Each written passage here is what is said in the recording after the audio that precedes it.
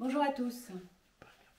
Cette vidéo a pour but de vous aider à approfondir la méthodologie de la dissertation qui est l'objet de l'épreuve écrite de français, particulièrement en première, à la fin de la classe de première. Mais cette vidéo s'adresse à tous ceux qui voudraient revoir la méthodologie de la dissertation appliquée à un sujet qu'on pourrait qualifier de sujet bateau, puisque c'est un sujet qui n'est pas extrêmement difficile à traiter. Il s'agit de La Princesse de Clèves.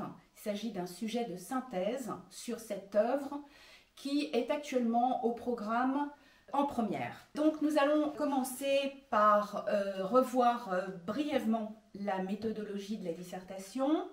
Et je récapitule ici les différentes étapes de cette épreuve de la dissertation, qui n'est pas une épreuve chérie parce que c'est une épreuve difficile et qui a la réputation d'être en tout cas plus difficile à réussir que le commentaire composé.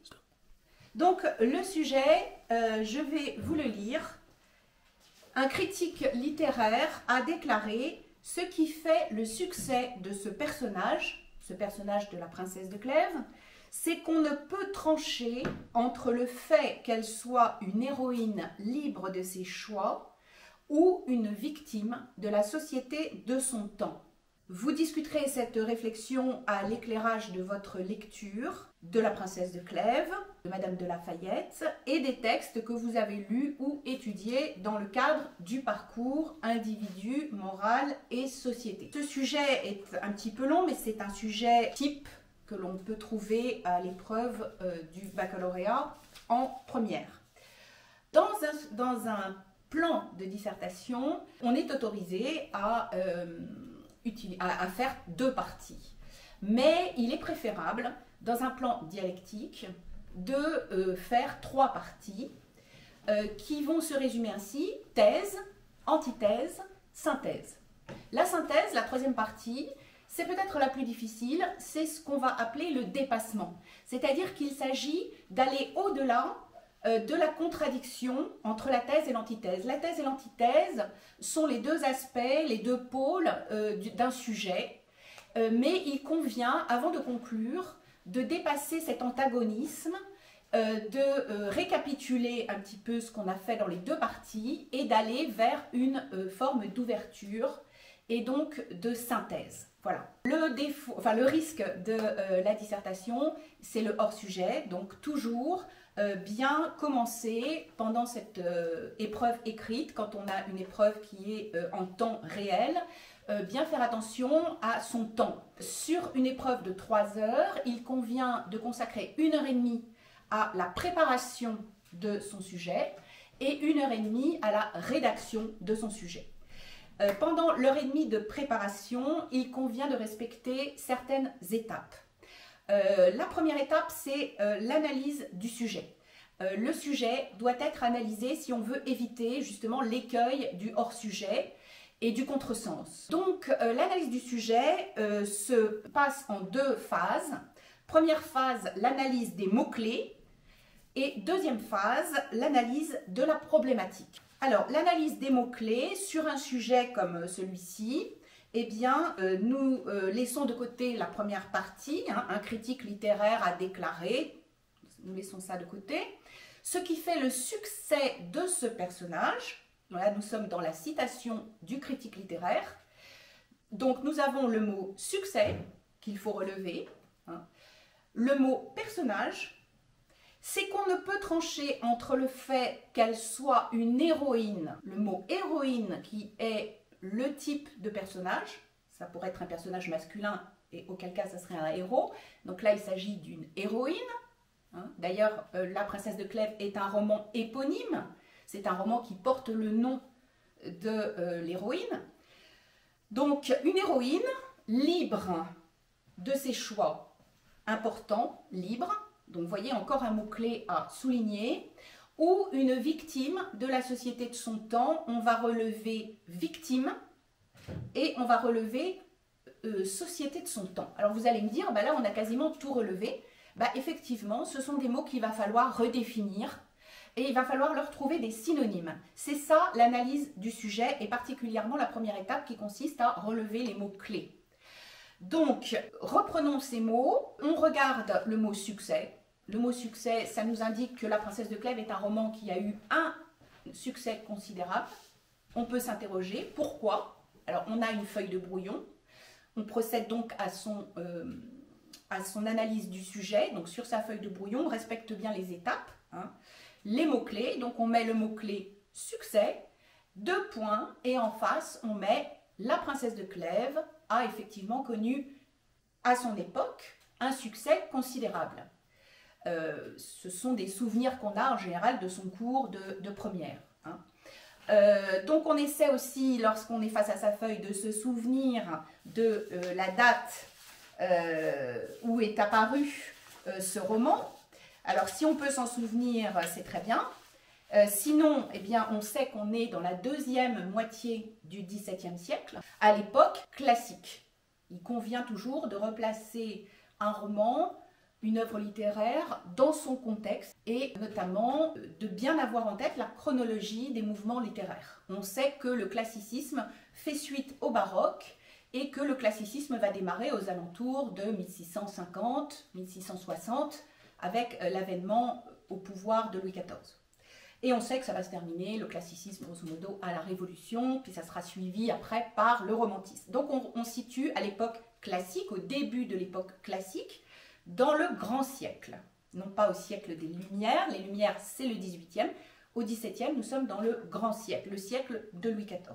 Donc on situe Madame de La Fayette comme étant une contemporaine de Molière, de La Fontaine, de La Rochefoucauld, de Madame de Sévigné. On essaye de voir quel est le mouvement qui a dominé à cette époque de transition entre le baroque et le classique, et on sait qu'il y a un mouvement intellectuel important qui s'appelle la préciosité. Donc on peut déjà voir que Madame de La Fayette a écrit un roman précieux. Voilà ce que déjà on peut mettre face au mot succès. Le succès, c'est l'originalité de ce roman, c'est le premier roman d'analyse psychologique. Mais c'est aussi un roman historique. Il n'est pas nouveau en tant que roman historique. Il y avait déjà des romans historiques qui existaient, bien sûr, mais là, c'est un roman d'analyse psychologique et c'est ce qui fait son originalité. Donc, on a déjà plusieurs éléments, vous voyez, à mettre en face du mot succès. Ensuite, le personnage. Je vous ai dit que c'était une héroïne éponyme. Donc, nous mettons ce mot éponyme. C'est un adjectif important. Effectivement, c'est une héroïne, dans le sens où c'est le personnage le plus important du roman. Un héros de roman. Cette héroïne, elle est libre de ses choix. Ça, c'est la première partie du sujet. On va dire que c'est la thèse. Thèse, elle est libre de ses choix, ce qui veut dire qu'elle est autonome. Hein, on cherche un synonyme de libre de ses choix. Autonome, c'est elle qui décide de son destin. Donc voilà le sens de libre de ses choix. Ou, deuxième partie du sujet, c'est-à-dire antithèse, elle est victime de la société de son temps. Victime étant synonyme de soumise. En général, une victime est soumise. Et c'est plutôt péjoratif. Le terme victime a une connotation péjorative. Quant à la société de son temps, nous situons là La Princesse de Clèves comme étant un roman historique. Alors attention, parce que là, il y a un piège. Donc, son temps peut vous conduire à faire des contresens. Si vous n'avez pas lu l'œuvre, ça peut être ennuyeux, effectivement. D'ailleurs, vous ne pourrez pas traiter ce sujet si vous n'avez pas lu l'œuvre ou si vous ne vous souvenez pas exactement de l'œuvre et particulièrement des premières pages où Madame de La Fayette prend la peine de décrire tous les personnages importants de la cour d'Henri II. Quand on par la société de son temps, c'est-à-dire du temps de la princesse de Clèves, et non pas du temps de l'auteur, qui est Madame de La Fayette. Alors il y a un décalage d'environ 100 ans, c'est-à-dire que la princesse de Clèves est un personnage imaginaire qui a vécu à la cour du roi Henri II en pleine période de la Renaissance, donc au XVIe siècle. Et Madame de La Fayette, elle, est l'auteur et elle a vécu un siècle plus tard. Donc il ne faut pas faire de contresens. Nous ne parlons pas du temps de Madame de Lafayette, nous parlons du temps de l'héroïne qui est la princesse de Clèves. Donc ça, voilà, c'était pour resituer le sujet et analyser les mots-clés. Alors, il y a une deuxième partie dans ce sujet. Vous discuterez cette réflexion à l'éclairage de votre lecture de la princesse de Clèves. Donc, nous savons que le corpus qui va nous servir à illustrer notre thèse, notre antithèse et notre synthèse, ça sera la princesse de Clèves. Ce sera l'œuvre majeure qui est ici étudiée. Mais nous avons le droit, et même c'est un devoir, de comparer avec des romans qui viendront par la suite, c'est-à-dire qui seront postérieurs à la période de Madame de Lafayette. Puisqu'on nous dit, eh bien, vous discuterez cette réflexion à l'aide des textes que vous avez lus ou étudiés dans le cadre du parcours individu, moral et société, ce qui nous donne un choix assez considérable. Mais quel roman va-t-on utiliser ici? Il ne faut pas parler de n'importe quel roman, parce que La Princesse de Clèves, c'est l'histoire d'une liaison interdite, hein, donc entre la Princesse de Clèves, qui est l'héroïne, et le duc de Nemours. Donc c'est une passion, mais qui n'a pas le droit d'exister. Alors il faudra mettre en parallèle avec des romans qui évoqueront ce problème de la passion interdite. Donc vous êtes toujours avec votre brouillon, vous êtes toujours dans l'analyse de votre sujet et notamment dans les mots-clés. Eh bien, dans les mots-clés, vous avez à étudier quand même cette deuxième partie de sujet qui fait suite à la citation de ce critique littéraire, qu'on ne nous nomme pas d'ailleurs. Et dans cette deuxième partie de sujet, donc on vous demande de mettre en parallèle avec des romans qui pourraient relater le même type d'histoire.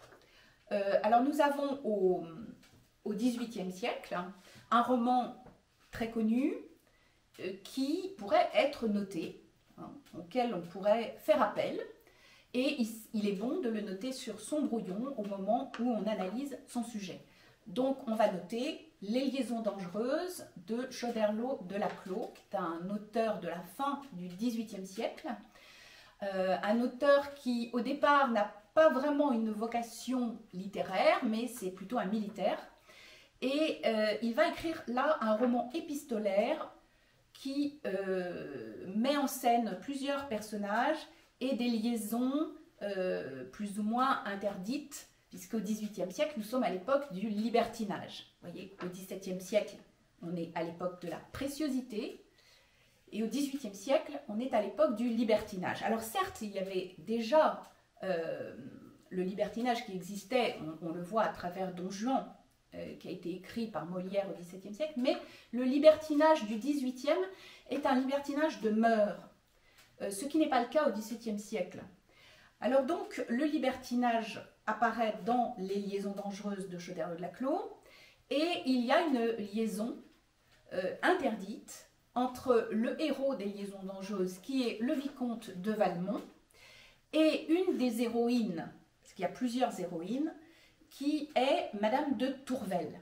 Alors Madame de Tourvel incarne, ou veut incarner la vertu, la morale chrétienne, et elle est mariée à un noble qui appartient à la noblesse de robe, qui s'appelle le président de Tourvel, mais qui est assez éloigné de sa femme, enfin en tout cas qui est absent la plupart du temps.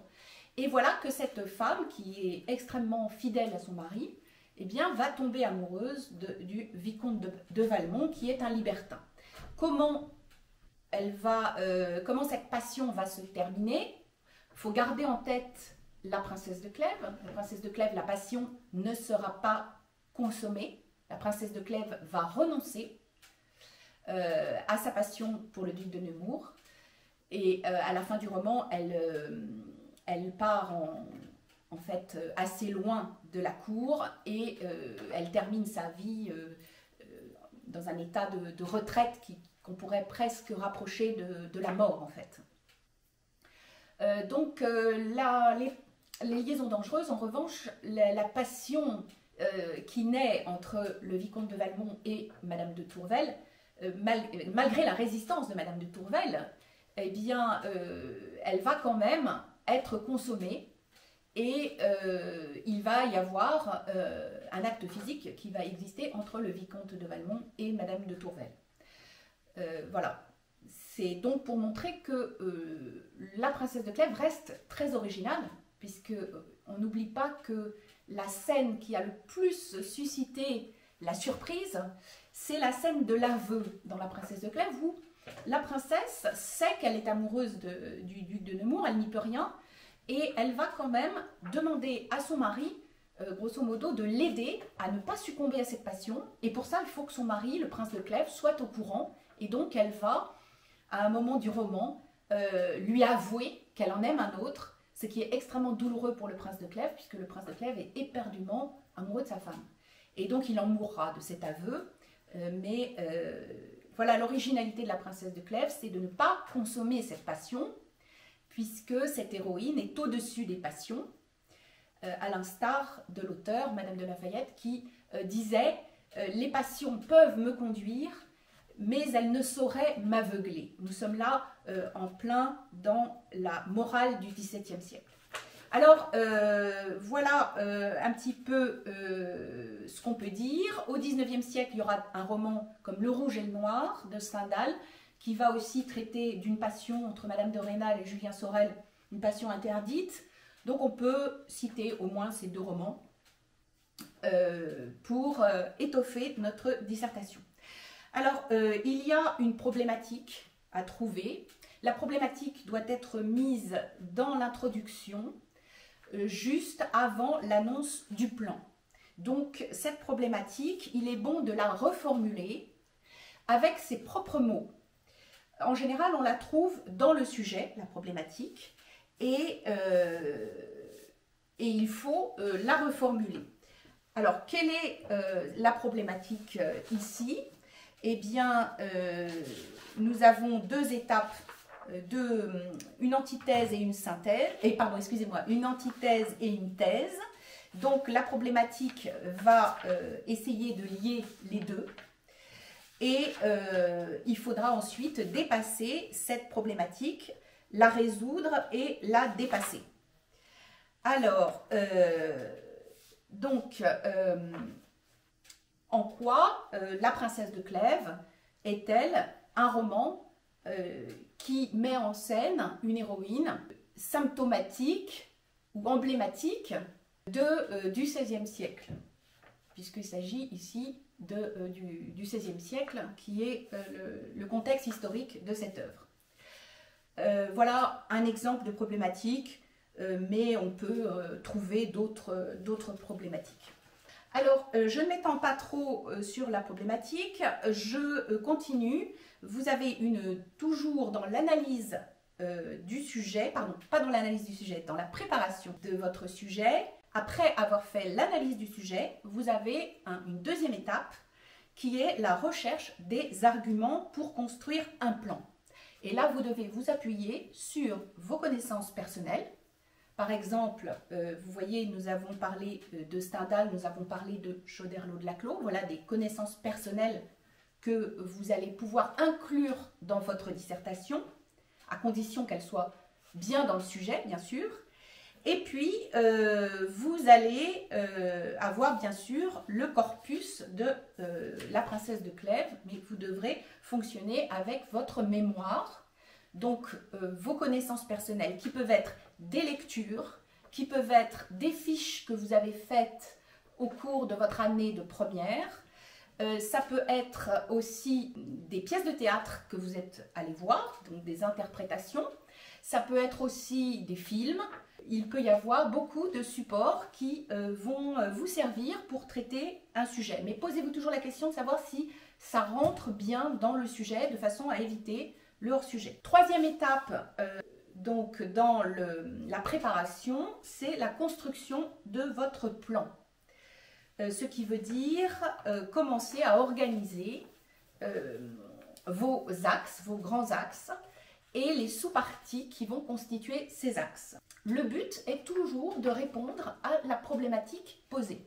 Donc, avant, bien entendu, de pouvoir trouver des sous-parties, eh bien, il faut commencer par délimiter ces grands parties, ces grands axes. Donc, je vous propose un plan dialectique en 3 parties. Première partie, la princesse de Clèves, un individu soumis à la société et à la morale de son époque. Donc, vous voyez que dans le sujet, je reprends la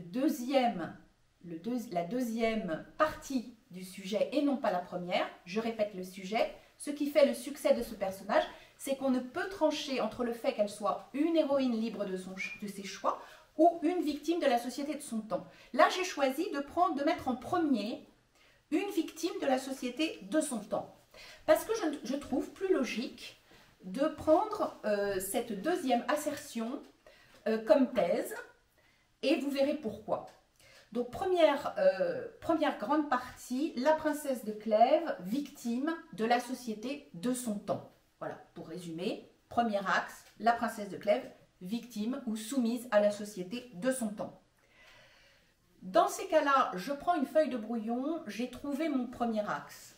Donc, j'utilise une feuille, toujours le recto des feuilles, parce qu'il se trouve que quand lorsqu'on passe un examen, eh bien, on peut être relativement stressé et on peut oublier de regarder le verso de sa feuille. Donc, n'hésitez pas à demander beaucoup de feuilles de brouillon de façon à pouvoir étaler vos feuilles sur votre table et les avoir toujours sous le nez. Donc, vous allez mettre en haut de votre feuille de brouillon le premier axe et vous verrez, vous pourrez tout mettre sur le recto. La princesse de Clèves, donc soumise à la société de son temps. Vous prenez une deuxième feuille et de même que vous avez écrit le premier axe, vous écrivez le deuxième axe. Moi, j'écris toujours en chiffres romains parce que c'est comme pour le théâtre, acte 1, acte 2, acte 3, c'est une convention. Donc, deuxième partie, eh bien, on va l'appeler une héroïne libre de ses choix, voilà, ou on peut également trouver une périphrase qui veut dire la même chose, l'évolution du personnage vers une certaine autonomie, ou un personnage autonome dans ses choix. Bon, vous voyez, il y a plusieurs solutions, mais l'idée, c'est de reprendre la première assertion du sujet, qui est « Elle est une héroïne libre de ses choix ». Donc, voilà la deuxième partie, et vous préparez une troisième feuille de brouillon, toujours le recto, et vous pouvez mettre grand 3, et là, vous aurez votre troisième partie. Alors, comment on va intituler cette troisième partie? C'est plus difficile parce que vous avez bien remarqué que les deux premières parties, la thèse et l'antithèse, quel que soit l'ordre dans lequel vous les mettez, correspondent à ce qui vous est donné dans le sujet. Voilà.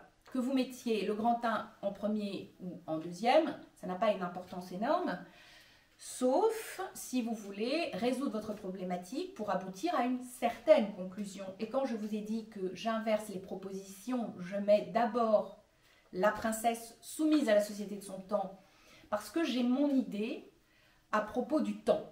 Je considère que le pivot de ce sujet de dissertation, c'est le temps, l'héroïne et le temps.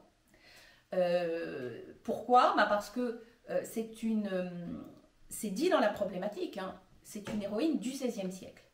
En quoi est-elle une héroïne du XVIe siècle? Donc cet aspect temporel est très important. Alors, je ne sais pas encore ce que je vais mettre dans ma troisième partie, mais il va falloir trancher avec les deux précédentes. Il va falloir que j'apporte un élément nouveau, et là, c'est vraiment le travail par excellence de la dissertation. Il va falloir inventer, ou plus exactement synthétiser, c'est-à-dire essayer d'avoir une vue comme une vue d'avion du sujet. Donc, n'oubliez pas l'idée de dépassement. La troisième partie, moi, personnellement, je l'ai intitulée « La princesse de Clèves, une héroïne du XVIe siècle qui est surtout une héroïne du XVIIe siècle et pourquoi pas une héroïne archétypale. Alors, c'est un petit peu long. Ce qu'il faut retenir, c'est que la princesse de Clèves, finalement, est plus une héroïne du XVIIe siècle déjà que du XVIe. Pourquoi? Parce qu'elle incarne la morale de l'honnête homme ou de l'honnête femme, qui est la morale du XVIIe siècle. C'est une héroïne tragique, tout à fait racinienne. Donc, c'est une héroïne qui va résonner comme une héroïne du XVIIe siècle alors qu'elle est en pleine période de la Renaissance. Stop. Donc, la princesse de Clèves, quand je vous parlais d'héroïne archétypale, qu'est-ce que c'est qu'un archétype? Un archétype, c'est une figure générique, c'est un modèle, c'est un idéal qui relève de la structure universelle. C'est-à-dire, bon, je vous donne des exemples, les héros de contes de fées sont des archétypes. Les personnages de comédie sont souvent des archétypes. Par exemple, l'avare, c'est un personnage accentué. Harpagon, dans l'avare de Molière, c'est un personnage archétypal. D'ailleurs, archétype, ça va avec stéréotype quelque part. Vous voyez, c'est un type de personnage, un type de figure. Quand je vous disais que c'était une héroïne racinienne, c'est dans le sens où c'est une héroïne qui est quelque part soumise à son destin. On le verra dans la partie adéquate, hein, qui est la partie soumise quelque part à la société de son temps, soumise à son destin. Mais c'est une héroïne aussi tragique. C'est pour ça qu'elle nous rappelle les tragédies de Racine. Les tragédies de Racine ont ceci de particulier que ce sont des tragédies qui favorisent l'analyse psychologique. Et nous avons un petit peu en roman le pendant d'une tragédie de Racine. Donc je reprends mes trois grandes parties. Première partie, la princesse de Clèves soumise à la pression sociale et morale de son époque, qui est le XVIe siècle. Deuxième partie, la princesse de Clèves qui évolue vers une autonomie, une certaine autonomie de décision.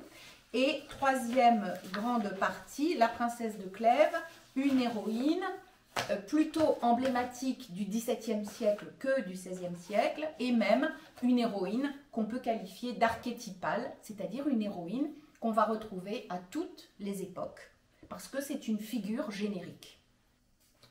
Donc vous voyez un petit peu comment on a réussi à dépasser la problématique tout en la résolvant. Nous n'avons toujours pas fait l'introduction et nous ne ferons pas l'introduction tant que nous n'aurons pas fini notre plan détaillé. L'introduction mérite d'être faite intégralement au brouillon sur une quatrième feuille. Vous voyez, jusqu'à présent, nous avons utilisé une feuille de brouillon pour analyser le sujet. Nous avons utilisé une première feuille pour la première partie, une deuxième feuille pour la deuxième, une troisième feuille pour la troisième, et nous utiliserons une quatrième feuille pour rédiger l'introduction, et nous aurons globalement besoin d'une cinquième feuille, très probablement, pour rédiger la conclusion. Car ces deux éléments du devoir que sont l'introduction et la conclusion sont les plus importants et doivent être les plus soignés. Ils doivent donc être rédigés au brouillon et qu'on y consacre le temps nécessaire. Certes, il faut soigner sa rédaction, mais le développement, ce qu'on appelle le développement, c'est-à-dire quand vous commencez à rédiger vos trois parties les unes à la suite des autres, vous ne pouvez pas tout rédiger au brouillon, vous n'en aurez pas le temps. Donc vous rédigez directement sur votre copie. En revanche, l'introduction et la conclusion doivent être rédigées au brouillon et être impeccables. Alors nous verrons après comment faire une introduction. Pour l'instant, nous terminons notre plan. Nous avons donc nos trois grandes parties et nous réfléchissons par rapport à ces parties. Qu'est-ce que nous allons mettre à l'intérieur de ces parties. Et là, il y a beaucoup de choses qui arrivent un petit peu en vrac et qu'on va noter. Et on a toujours dans sa trousse plusieurs surligneurs de couleurs différentes. Vous verrez que ça a une utilité parce qu'après, il y a un travail, avant de passer à la rédaction, il y a au moment de la construction du plan, un travail de classement. C'est-à-dire, vous allez, cette partie-là, finalement, je la mettrai plus là que là, elle sera plus utile là, sinon, il va y avoir un phénomène de répétition et il ne faut surtout pas qu'il y ait une répétition. Il ne faut surtout pas que la même idée apparaisse dans la première partie et dans la troisième, vous voyez, surtout pas. Donc toujours se dire qu'il faut qu'il y ait comme une démonstration mathématique, c'est-à-dire qu'un élément suit un autre, il y a une logique interne et on ne va pas sauter d'une chose à l'autre sans qu'il y ait de cohérence. Donc bien garder la cohérence de l'ensemble et aboutir à la conclusion à laquelle on veut aboutir. La conclusion à laquelle je veux aboutir, c'est l'idée que la princesse de Clèves n'est pas finalement tant que ça une héroïne du XVIe siècle. Mais ça peut être une héroïne moderne. C'est une héroïne à la fois traditionnelle et moderne. Et finalement, elle dépasse le temps. Elle dépasse le temps. Elle pourrait même être une héroïne de conte de fées. Donc vous voyez, c'est vers ça que je vais aller. Et donc, je dois garder ce mouvement qui va de l'annonce du plan à la conclusion. Alors, je vais aller assez vite sur le contenu de la première partie et je vais essayer de me mettre à votre place quand vous êtes face à votre feuille, que vous n'avez devant vous que grand 1, un individu, une héroïne soumise à son temps qui est le XVIe siècle.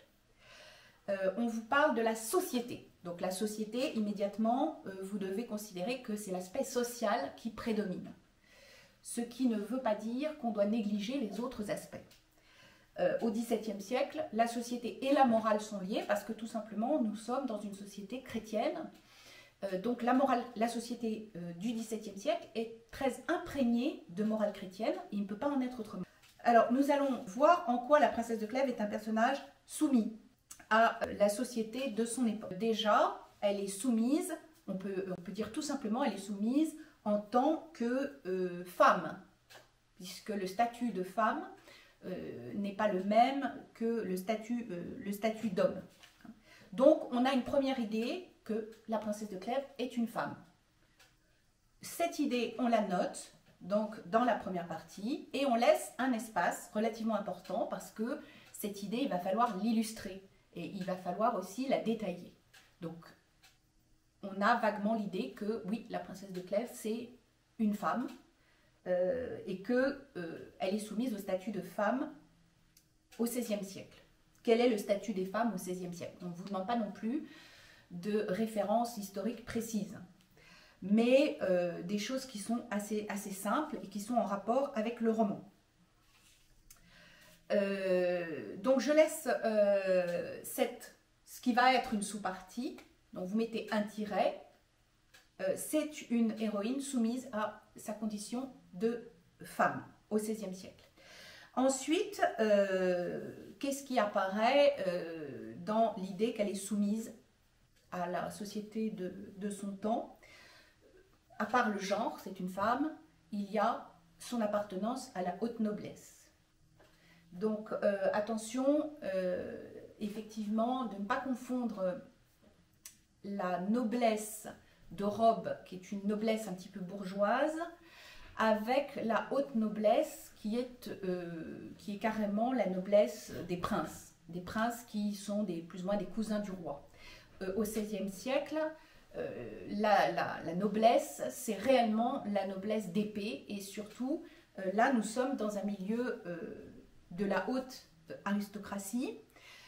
Donc, quelles sont les obligations d'une femme de la haute aristocratie à cette époque? On peut se douter que la princesse de Clèves va avoir des devoirs envers le roi, envers les reines, parce qu'il y a la reine régnante et puis il y a la reine dauphine. Il y a différents personnages importants. Il y a également Madame de Valentinois qui est la maîtresse d'Henri II et qui a joué un rôle très important qu'on appelle Diane de Poitiers, duchesse de Valentinois.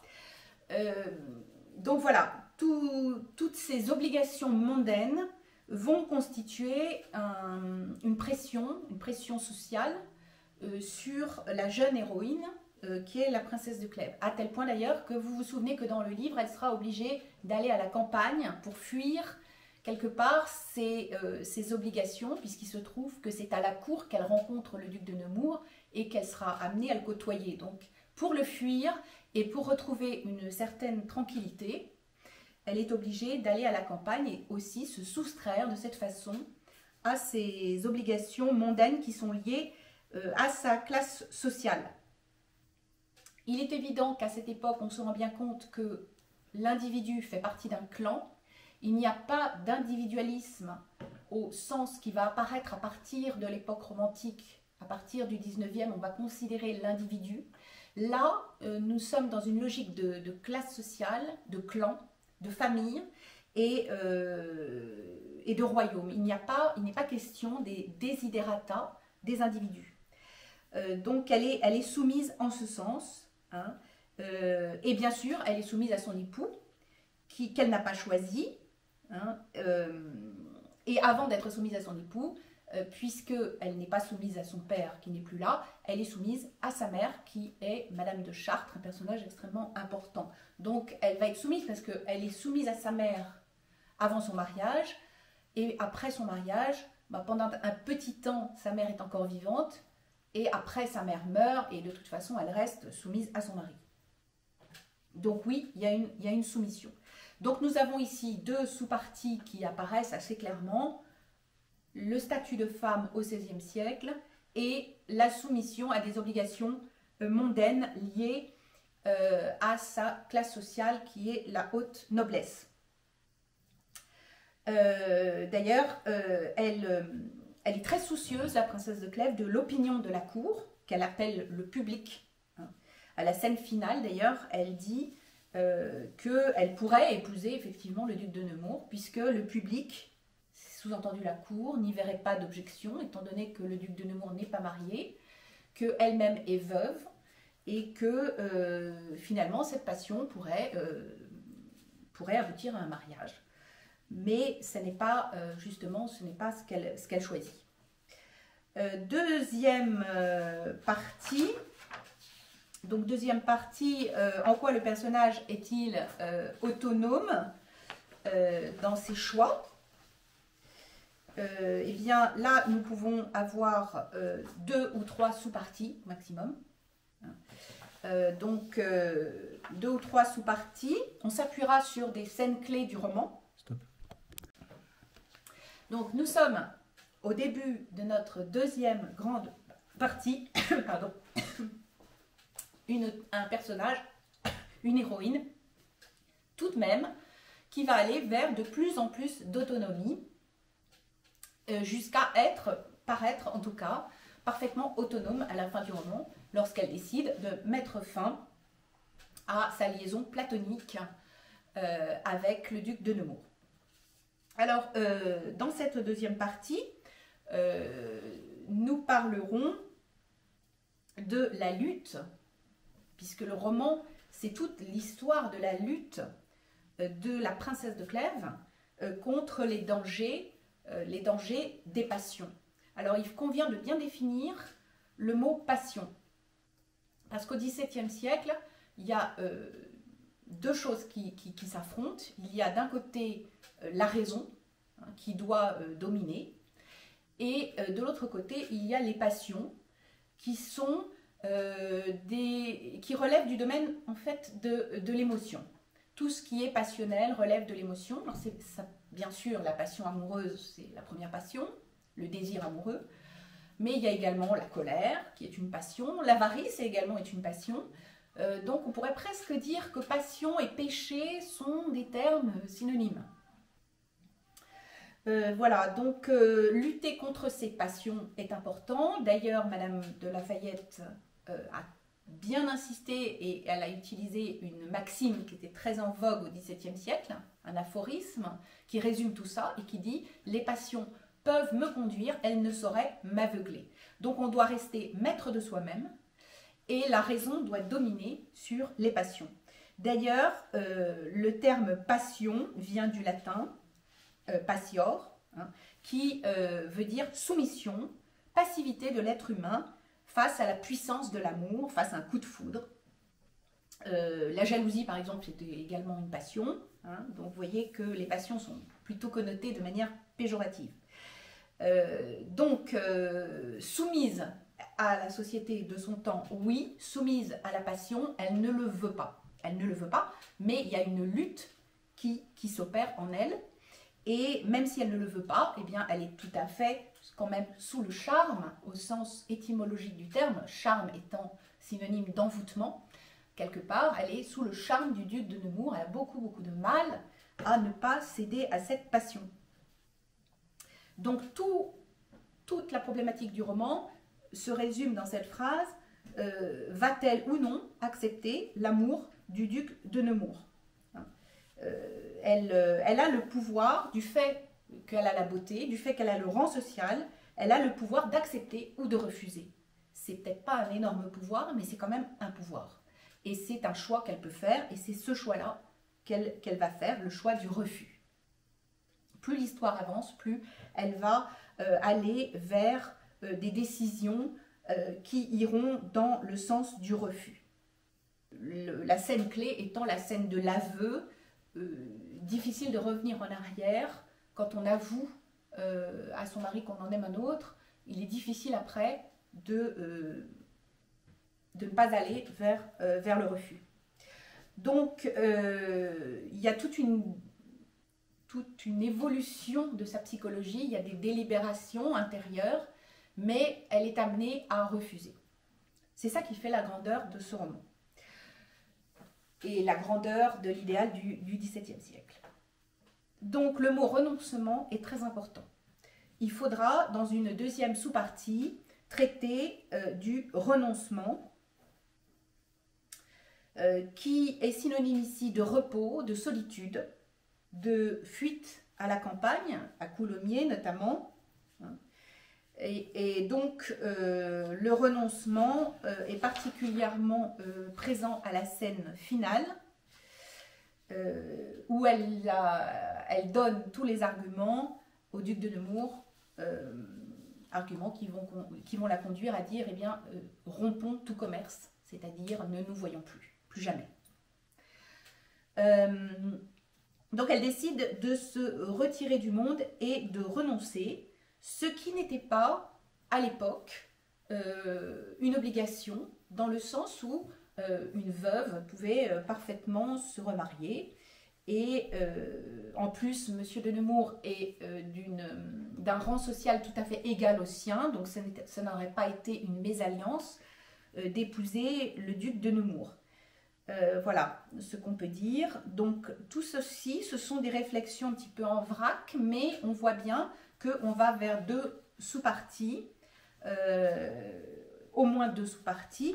Une sous-partie sur les dangers de la passion, une sous-partie sur l'idée du renoncement, et un renoncement qui peut s'interpréter de plusieurs façons. Donc voilà un petit peu comment on va traiter ce sujet. Et alors vous allez me dire, eh bien, il y a la troisième partie que j'ai intitulée La princesse de Clèves, une héroïne du XVIIe siècle plus que du XVIe, et une héroïne devenue un archétype.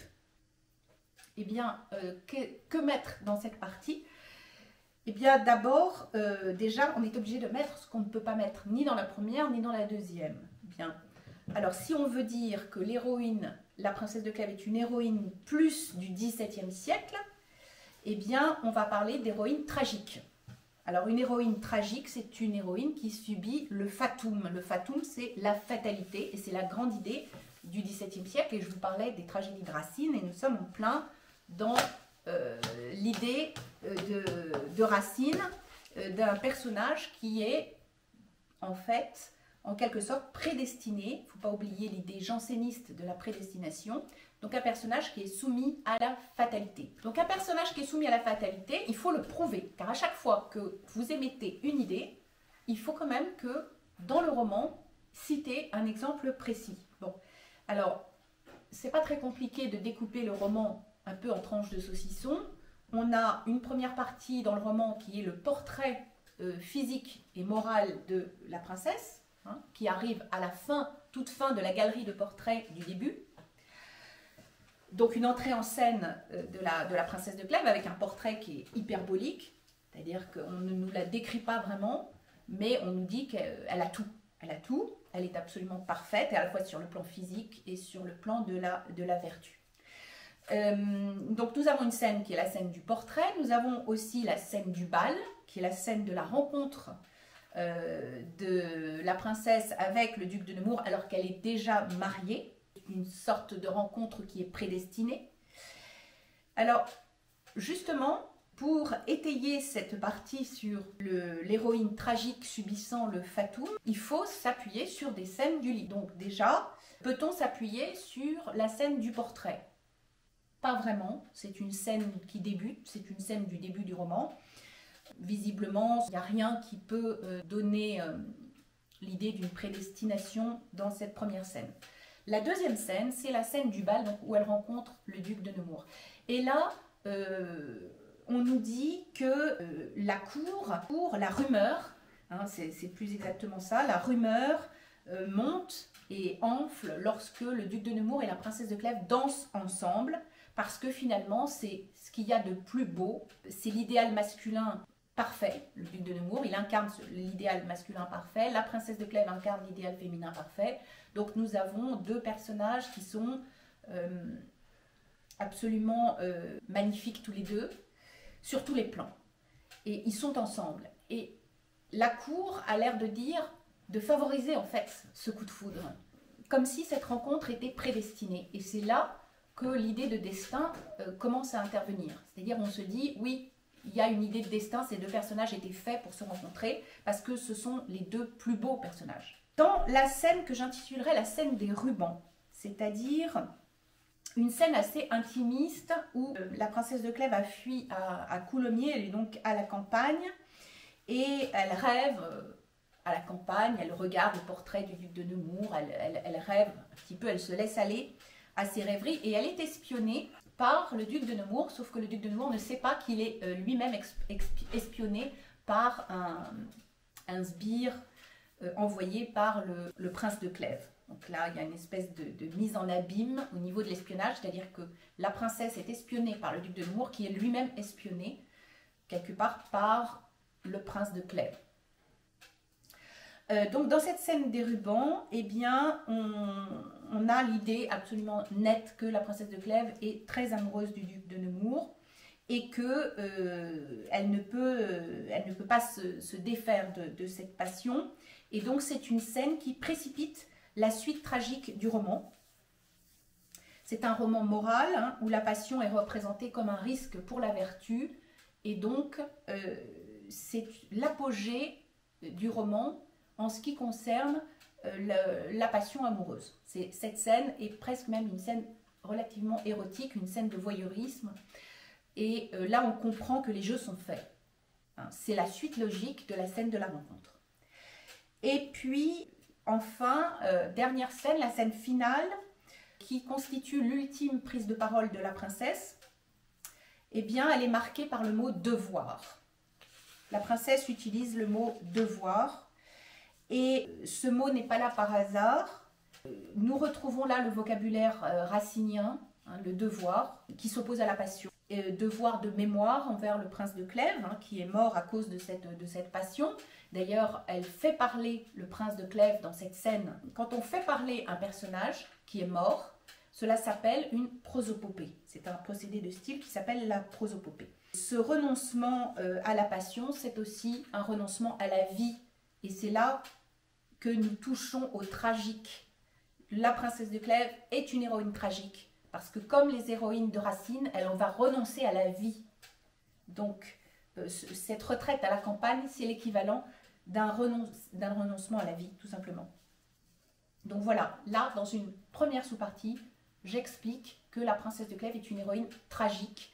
Si c'est une héroïne tragique, c'est bien une héroïne qui est plus proche de l'époque de Racine que de l'époque où elle est située historiquement. Car la tragédie classique, c'est bien le XVIIe siècle et c'est pas le XVIe siècle. Donc c'est bien une héroïne qui est tout à fait presque contemporaine de sa créatrice, qui est Madame de Lafayette. Donc une héroïne tragique, c'est un point important. Un autre point important que nous pouvons mettre dans cette deuxième partie, dans cette troisième partie, et ça constituera le deuxième paragraphe de la troisième grande partie, c'est une héroïne qui est emblématique de la morale janséniste en vogue au XVIIe siècle. Le jansénisme est très, très présent. Il faut quand même savoir ce qu'est le jansénisme. Il faut savoir un petit peu resituer la querelle entre les jésuites et les jansénistes.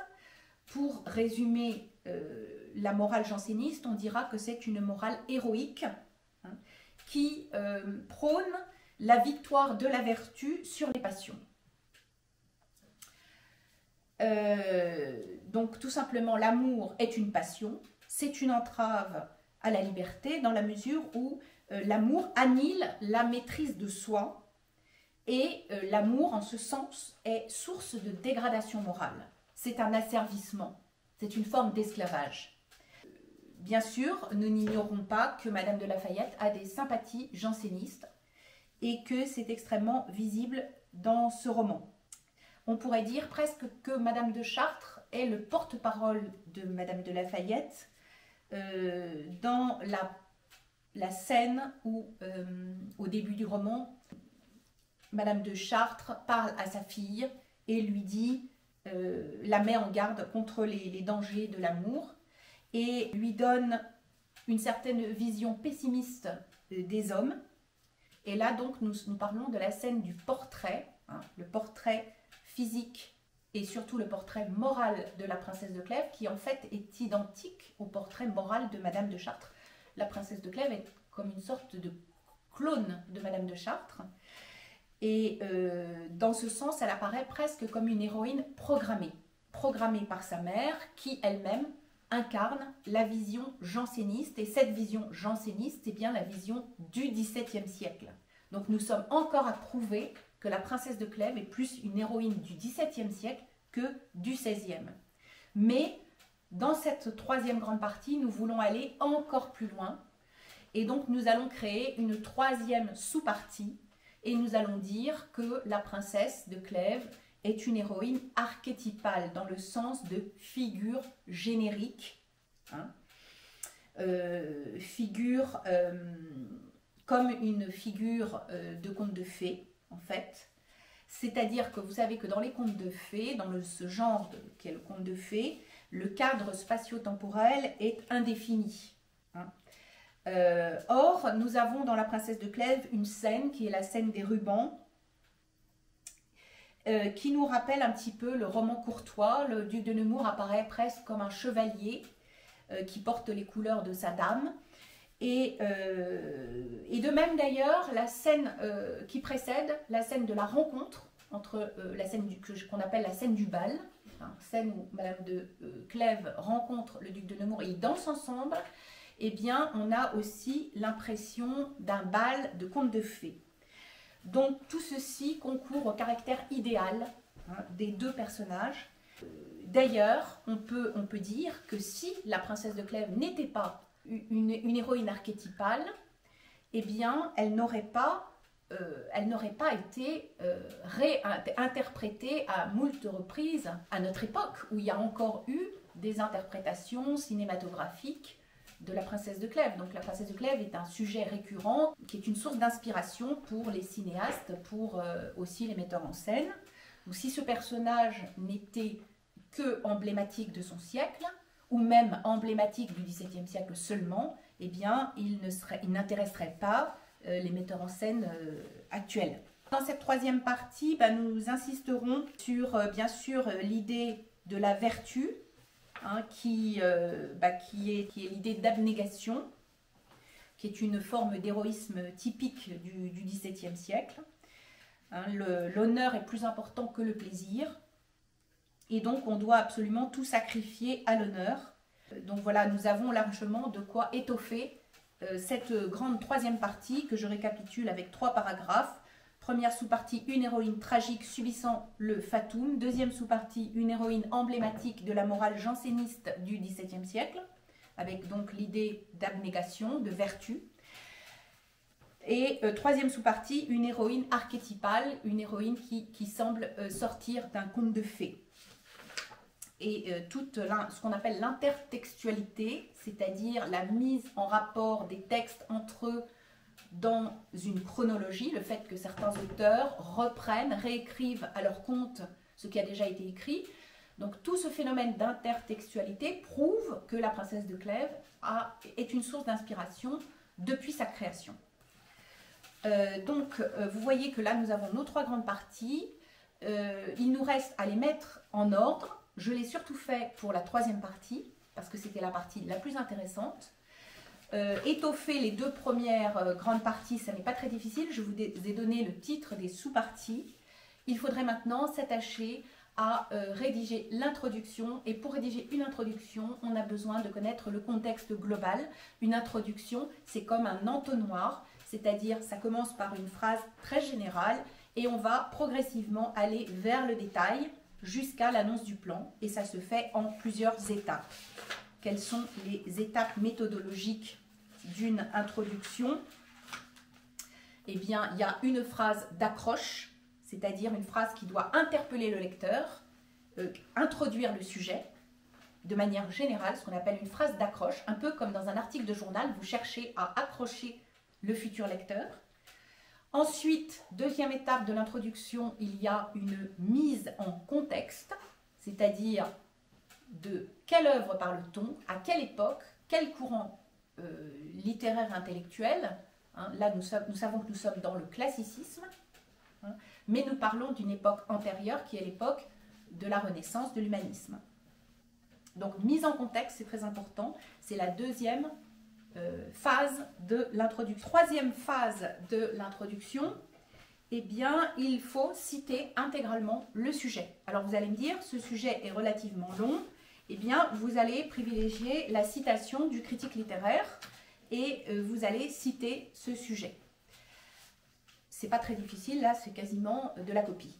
Donc, je passe à la phase suivante, qui est la phase de la problématique. Cette fameuse problématique qui n'est pas exactement le sujet tel que formulé sur votre énoncé, mais le sujet reformulé par vous-même sous la forme d'une question.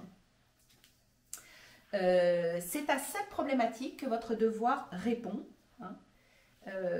Bon, je vous donne un autre exemple de problématique pour un autre sujet plus général. Par exemple, les personnages de roman ne sont-ils que des imitations du réel? Voilà, typiquement le genre de problématique. Vous voyez, ça reste relativement large. Ici, donc, nous restons sur La Princesse de Clèves. Je vous ai donné la problématique en début de vidéo. Il peut y en avoir d'autres, mais grosso modo, elles approchent de très près du sujet. Et dernière étape, l'annonce du plan qui doit être extrêmement claire, quitte à être un peu lourd. Là, il est bon d'utiliser des connecteurs logiques. Dans un premier temps, nous évoquerons patati patata. Dans un deuxième temps, nous étudierons ou nous analyserons tel aspect. Dans un troisième temps, nous considérerons, enfin, voilà, vous voyez, vous annoncez toujours dans un premier temps, dans un deuxième temps, dans un troisième temps, ou dans une première partie, dans une deuxième partie, dans une troisième partie. Il faut que ce soit extrêmement clair, que les phrases soient correctement ponctuées, pas des phrases trop longues, parce que sinon elles ont des risques d'être incorrectes. Donc relisez-vous bien, cette introduction doit être un petit bijou sur le plan de la rédaction, parce que peut-être que l'examinateur ne va lire que l'introduction et survoler le reste. Vous serez peut-être jugé uniquement sur votre introduction, d'où l'intérêt de la rédiger après le plan et de la rédiger au brouillon intégralement. Bon, ensuite, vous rédigez directement sur votre copie votre développement, que vous commencez tout simplement à la première grande partie. Vous essayez de faire des phrases de transition entre chaque grande partie. Ces transitions doivent apparaître clairement. Vous n'hésitez pas à sauter 2 ou 3 lignes entre chaque partie. Et la phrase de transition doit apparaître à la fin de chaque partie comme une espèce de petit paragraphe de 2-3 lignes qui récapitule la partie et qui annonce la partie suivante. Donc pour une dissertation en 3 parties, vous avez au moins, évidemment, vous avez forcément 2 transitions, une entre la grande 1 et la grande 2, une entre la grande 2 et la grande 3. Ensuite, eh bien, donc, j'insiste pas, les transitions, c'est important. Ensuite, vous rédigez votre conclusion, qui doit vous prendre à peu près un quart d'heure. Vous essayez de la faire au brouillon, de manière à ce qu'elle soit également parfaite. Elle comporte 2 parties. La première partie de votre conclusion est un récapitulatif de vos grandes parties. N'ayez pas peur de vous répéter. Si vous devez vous répéter, c'est au moment de la conclusion qu'il faut le faire. Vous récapitulez votre cheminement. Et puis, une deuxième partie de conclusion qui est l'ouverture. L'ouverture sous forme de questions, l'ouverture sous forme de citations, l'ouverture vers un propos plus général. Là, vous voyez que le sujet était extrêmement vaste. Nous n'avons d'ailleurs pas traité, comme je l'aurais souhaité, des liaisons dangereuses, je vous en ai un petit peu parlé, et de Stendhal. Il est souhaitable justement dans notre 3e partie, dans notre grand 3, quand nous parlons d'une héroïne archétypale qui a inspiré différents cinéastes et d'autres auteurs, c'est à ce moment-là que vous pouvez placer Choderlos de Laclos et Stendhal, c'est là qu'il faut en parler et ça ira très bien, ça sera juste la partie qui précède la conclusion. Donc j'espère que cette vidéo vous a plu, vous a aidé. J'attends vos commentaires. Si vous souhaitez traiter d'autres sujets, n'hésitez pas à me le dire. Et ben, je vous souhaite une bonne rédaction. Et surtout, n'oubliez pas de bien avoir en tête le roman et faites des fiches de lecture quand vous lisez un roman. Ne restez pas sans faire de fiches de lecture. Les fiches de lecture vous aideront à mieux mémoriser les œuvres.